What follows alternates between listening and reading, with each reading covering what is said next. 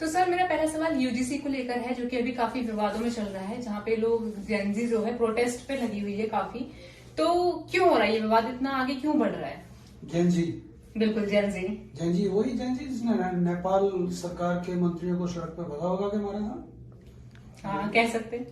ये वही जेनजी जिन्होंने बांग्लादेश में सरकार को खत्म कर दिया, वहां के राष्ट्रपति को भागना पड़ा।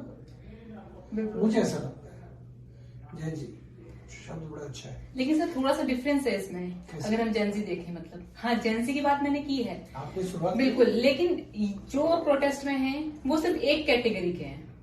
कैटेगरी? हाँ जी। स्टूडेंट्स में कैटेगरीज किसने बांटी?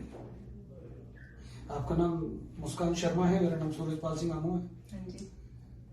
अब मैं जब स्टूडेंट था, मेरे साथ कौन सी जाति का कौन सा छात्र पढ़ता है या छात्राएं पढ़ती थी, मुझे तो पता नहीं। मुझे तो इतना पता था, एक उषा थी, वो अनुसूचित जाति से थी, मेरे साथ पढ़ती थी, मेरी अच्छी दोस्त है, आज भी अच्छी दोस्त है। उनके हस्बैंड जो है विदेश के अंदर, विदेश जो विभाग है सरकार का, उसके अंदर नौकरी करते थे। आज भी मेरा उस परिवार में उठना बैठना है। मैंने तो कभी उषा की जाति के नाम से या कुछ के नाम से तो मैंने कोई ऐसा वो नहीं किया, ना उसने मेरे को किया। वो मेरे को भैया कहती थी, मैं उसको बहन कहता था। स्टूडेंट्स ने कास्टिज्म कब से हुआ है? नहीं, क्योंकि हाँ बिल्कुल आप सही बोल रहे हो कि क्यों, कौन कर रहा है, किस लिए कर रहे हैं, पर्पस क्या है? छात्रों को बांटोगे, भेदभाव करोगे? भेदभाव छात्रों में नहीं है। 178 कंप्लेंट थी अब तक, अब 378 कंप्लेंट हो गई। 318 जो 378 कंप्लेंट्स आई वो 2023 तक, वो कहते भाई बढ़ोतरी होगी 200% की। अरे बढ़ोतरी होगी अगर मान लो किन्हीं बच्चों ने शिकायतें कुछ झूठी भी तो होती होगी, सारी सच्ची शिकायतें होती है, ऐसा थोड़ा ना होता है। झूठी भी, लेकिन कुछ परसेंट होती होंगी, उनका परसेंटेज ज्यादा है। लेकिन अगर एट्रोसिटी एक्ट की बात मैं मुस्कान करूं तो एट्रोसिटी एक्ट के अंदर 95% फेक कंप्लेंट्स है। ये एट्रोसिटी का दूसरा पार्ट है, ये पार्ट 2 है। आपने यूजीसी का जो नया ये अध्यादेश लेकर आए हैं, जो भारतीय राजपत्र जो उन्होंने जारी किया 13 जनवरी को, अरे संक्रांत थी उस दिन, लोहड़ी कह सकते उस दिन थी, चुपचाप अपना काम कर गए। जहां जहां भी आप लोगों ने बीज बोए हैं, काटने सरकार को पड़े हैं, जनता को पड़े। आपने छात्रों के बीच में मतभेद पैदा करने का जो एक षड्यंत्र रचा, किसी लगा, मैं सोचता हूँ भारत के शिक्षा मंत्री धर्मेंद्र प्रधान, उनको तो इस्तीफा देना चाहिए और मोदी सरकार को उनको हटाना भी चाहिए। और मोदी सरकार तो ऐसे नालायक मंत्रियों को हटाने में बड़े मास्टर हैं। बिल्कुल, जिन्होंने, आप पहले भारतीय जनता पार्टी के बारे में कांग्रेस कहा करती थी बनिया ब्राह्मणों की पार्टी है, ठाकुरों की पार्टी है।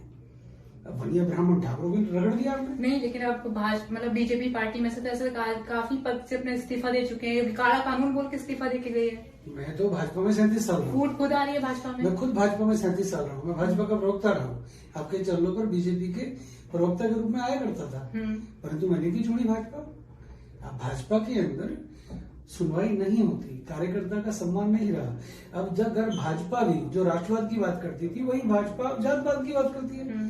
अगर आप जातपात की बात करते हो तो मुझे ऐसा लगता है अब कहीं ना कहीं डिस्क्रिमिनेशन, जैसे आप कहते हो भेदभाव, जातीय भेदभाव की आवश्यकता अब क्यों पड़ी आपके अंदर? आप सत्ता में तीसरी बार हो, मोदी जी प्रधानमंत्री 2 बार बने, तीसरी बार जनता ने आपको बनाया। अगर जनता ने आपको बनाया है तो जनता को प्यार करो ना। देश के प्रधानमंत्री के लिए, देश के शिक्षा मंत्री के लिए सब बराबर हैं। अब हम मौलाना अबुल कलाम आजाद था, क्या नाम था, शिक्षा मंत्री थे जो भारत का पहला, उसने जो बीज बोए वो हम बो रहे हो।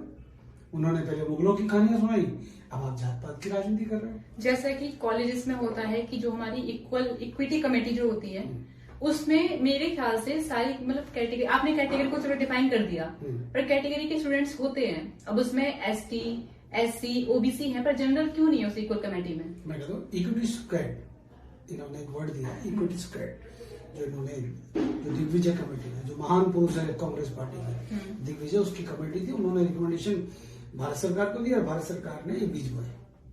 शिक्षा मंत्री भारत सरकार जो धर्मेंद्र प्रधान जी, इक्विटी स्क्वाड के अंदर आपने एससी एसटी के ओबीसी के लोग ले लिए, 2 एम्प्लॉय होंगे, 2 लेक्चरर्स होंगे, 2 सीनियर लोग होंगे, उसके अंदर जनरल कैटेगरी का क्यों नहीं लिया?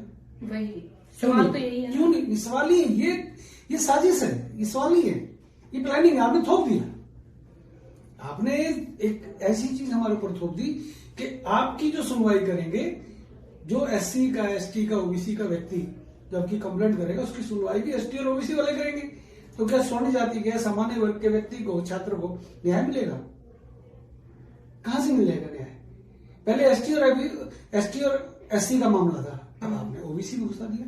अब ओबीसी तो कहीं से नहीं है। ओबीसी कौन लेके आया? ओबीसी देश के शिक्षा मंत्री धर्मेंद्र प्रधान जी, जिनको इस्तीफा देना चाहिए, जिनको अगर थोड़ी बहुत भी शर्म है तो उनको इस्तीफा देना चाहिए। कारण कि आपने एक ओबीसी कास्ट, जिसका हम सभी सम्मान करते हैं, हम एससी और एसटी का भी सम्मान करते हैं, परंतु उसको अंदर घुसा दिया। सुप्रीम कोर्ट ने जो आपको ऑर्डर दिया, क्या सुप्रीम कोर्ट के ऑर्डर के अंदर कहीं ओबीसी का जिक्र है? नहीं है। फिर छात्र के साथ आप मेरी छोटी बहन, आपके खिलाफ मैंने कंप्लेंट कर दी और मैंने आपकी झूठी कंप्लेंट कर दी, तो उसकी सुनवाई कौन करेगा? मुस्कान। झूठी कंप्लेंट करने वाले के खिलाफ कार्रवाई होनी चाहिए कि नहीं होनी चाहिए? बिल्कुल होनी चाहिए। बल्कि मैं आपसे सवाल करने भी वाली थी कि पहले ये रूल था कि कोई अगर फर्जी कंप्लेंट करता है तो उसके खिलाफ कार्रवाई की जाती है, लेकिन अब ये रूल क्यों हटा दिया गया है? यही बात है, क्यों हटा दिया गया? सवाल है क्यों हटा दिया गया? हटाने के पीछे इनका मकसद है कि सामान्य वर्ग को, जिसको हम स्वर्ण समाज भी कह सकते हैं, सामान्य वर्ग भी कह सकते हैं, एक तरफ तो देश का संविधान कहता है समान कानून बने, हम कहते हैं यूसीसी लागू करो, यूनिफॉर्म सिविल कोड लागू करो, ये कहते हैं यूजीसी लागू करो। फर्क है। बिल्कुल। हम समान नागरिकता की बात करते हैं और ये क्या करते हैं, सामान्य वर्ग को खत्म करने की बात करते हैं। तो यहाँ पर मुझे लगता है कहीं ना कहीं जातिगत भेदभाव को बढ़ाने का काम इस देश के शिक्षा मंत्री ने किया है, जिसका नाम धर्मेंद्र प्रधान।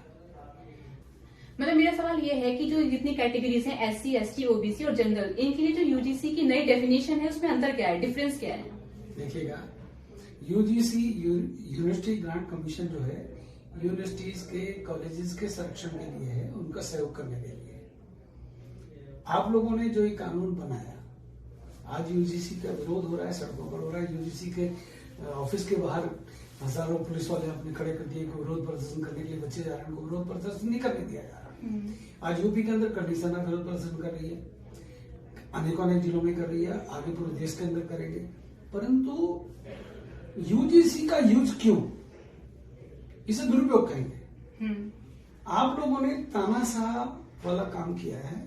देखो, इस देश के अंदर मंडल कमीशन की मुझे याद आती है, विश्वनाथ प्रताप सिंह जो देश के प्रधानमंत्री थे, उन्होंने एक हिमाकत की थी, पूरे देश के अंदर आग लग गई थी और वो आग कैसे बुझी हमें पता है। बच्चों ने क्या किया सड़कों पे आकर, भाई से बढ़ गया, स्टूडेंट जो आपस में दोस्त होते थे, एक दूसरे से बात नहीं करते कई साल, वही हालत आपने आज पैदा की है। ये नहीं होना चाहिए। कमीशन इसके विरोध में है और मुझे लगता है अगर इसके ऊपर आपने निर्णय नहीं किया, आपने काला कानून वापस नहीं लिया, जिसको हम यूजीसी रोल बैक कर रहे हैं, यह स्टेट ट्रेंड कर रहा है, आपको वापस लेना पड़ेगा। नहीं लेंगे तो मुझे लगता है नुकसान होगा। एक बार शेम ऑन और ये शेम ऑन करके भी काफी हैशटैग ट्रेंड किया जा रहा है। पर वो बेशरम लोग सुनने तो सही। बिल्कुल। जिनको कह रहे हैं शेम ऑन यू मिस्टर शिक्षा मंत्री, एचआरडी मिनिस्टर,